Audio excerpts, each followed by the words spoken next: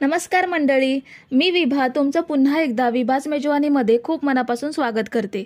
मंडळी, आज आपण पावसाळ्यात मिळणारी सर्वात पौष्टिक रानभाजी ती म्हणजे कंटोळीची भाजी आज आपण बनवून घेणार आहोत। काही भागात याला कटुरले, काटला किंवा फागला सुद्धा म्हणतात। ही भाजी पौष्टिक तर आहेच, पण घरच्या मोजक्या साहित्यामध्ये अगदी झटपट होणारी आहे। ही कंटोळी दिसायला कारल्यासारखी असली तरीही अजिबात कडू नसतात। यांची भाजी करायला सुद्धा सोपी आणि खायला सुद्धा चविष्ट लागते। तर मी ही पाव किलो कंटोळी घेतली आहे। ही आपल्याला स्वच्छ धुवून घ्यायची आहेत। यांच्या काट्यांमध्ये कधी कधी माती चिकटलेली असते, त्यामुळे सर्वात आधी ही स्वच्छ धुवून घेऊयात। तर आपण ही स्वच्छ धुवून घेतली आहेत। आता ही भाजी कापताना त्याचा देठाचा भाग कापून टाकायचा आणि शेवटचा भाग सुद्धा हलका कापून टाकायचा। आता याची पातळ काप करून घेऊयात। ही बघा, सगळी कंटोळी आपण कापून घेतली आहेत। ह्याप्रमाणे चकत्या करून घेतल्यात। आता भाजी करून घेऊयात। सगळ्यात आधी आपण कढईमध्ये तेल घेतलंय। यामध्ये 4 ते 5 हिरव्या मिरच्या उभ्या कापून घेतल्यात त्या घेते। मिरच्यांचं प्रमाण तुम्ही तुमच्या आवडीनुसार कमी जास्त करू शकता। बारीक चिरलेला कांदा घेऊयात। इथे मी 4 मीडियम साईजचे कांदे बारीक कापून घेतलेत। कांदा आपल्याला गुलाबी रंग येईपर्यंत परतून घ्यायचा आहे। मीडियम टू हाय फ्लेम वरती कांदा भाजून घेऊयात।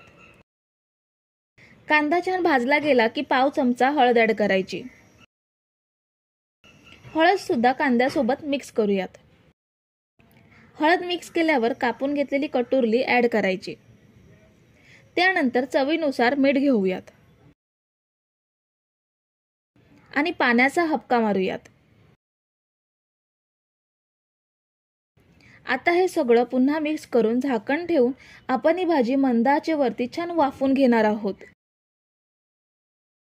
भाजी वाफायला ठेवल्यावर अधेमध्ये ढवळून घ्यायची, म्हणजे कढईला चिकटत राहणार नाही। तर आपण मंद आचेवरती 15 मिनिटे भाजी छान वाफवून घेतली आहे। शिजली का ते चेक करूयात। ही बघा, भाजी खूप छान शिजली गेली आहे। आता यामध्ये अर्धी वाटी कोथिंबीर घेऊयात। अर्धी वाटी ओलं खोबरं घ्यायचं आहे आणि अर्ध्या लिंबाचा रस ॲड करूयात। पुन्हा सगळं छान एकजीव करून घ्यायचं आहे आणि भाजीला फक्त 2 मिनिटे वाफ काढूयात। तुम्ही जर इथेपर्यंत रेसिपी बघताय तर तुम्हाला एक विनंती आहे की व्हिडिओला एक लाईक जरूर करा। तर ही बघा, आपली मस्त कंटोळीची भाजी तयार आहे। आपण ही प्लेटमध्ये काढून घेऊयात।